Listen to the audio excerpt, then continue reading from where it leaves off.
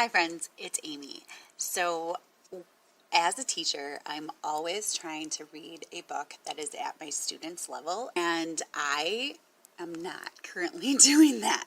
So I decided to ask my students what they think I should read next. So I gave them 3 options, and they are going to tell me tomorrow which one they think I should read.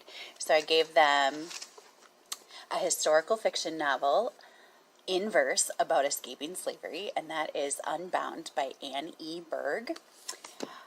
A nonfiction graphic novel about dogs who have helped soldiers during wartime, and that's Dogs of War by Sheila, Keenen, and Nathan Fox. A realistic fiction about a young man who lost his best friend and the police don't believe him. So this is The Truth is Told by Mason Buttle by Leslie Connor. And this book actually has come highly recommended to me by one of my students. So I'm kind of excited to read this one.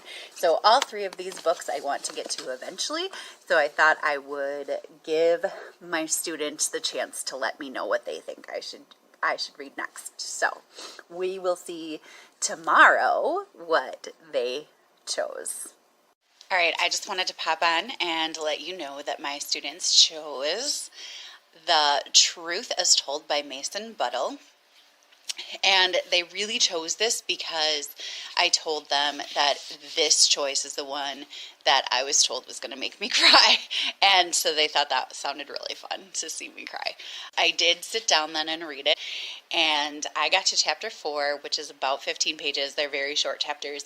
And I felt like crying for Mason Buttle. He is bullied, and not only is he dealing with the death of his best friend, but he's the one that found his best friend, and he blames himself for it. So it was a really hard first 4 chapters to read, because that's really sad. And yeah, I don't know what else to say about that right now, but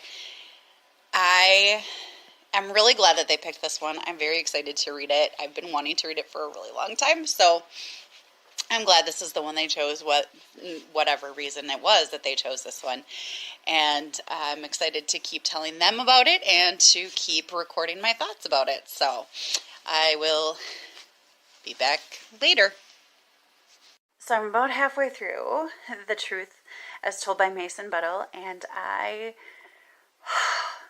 am just loving this book. I love the friendship between Calvin and Mason is just wonderful.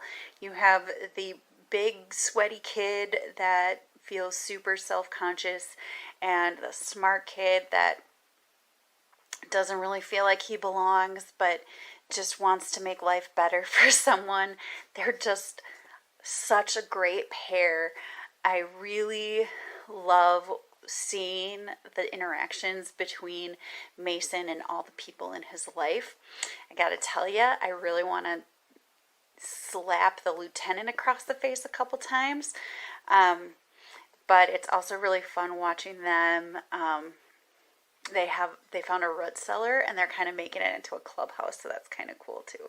So it's just a really cute book so far. I'm a little more than halfway done, so I think I'm going to get reading and finish this tonight. So I'll see you when I'm done.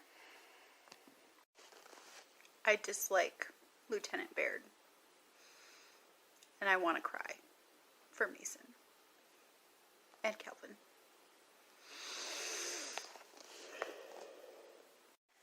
So the lieutenant's heart is in the right place, but I feel like he needs to learn how to deal with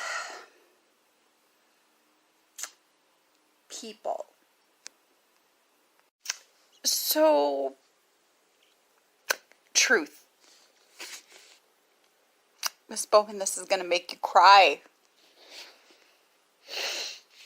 Truth.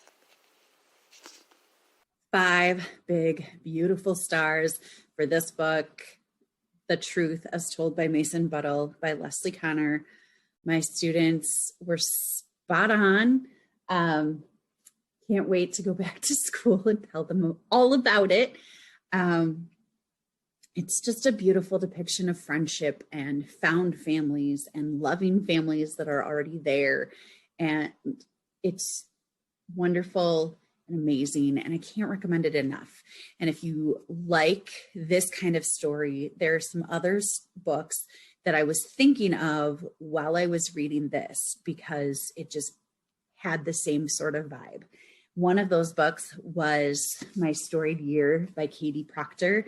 This is a debut middle grade novel, and it has a lot of the same kind of things, self-confidence and learning difficulties and dealing and coping with those things and finding a way to find your voice.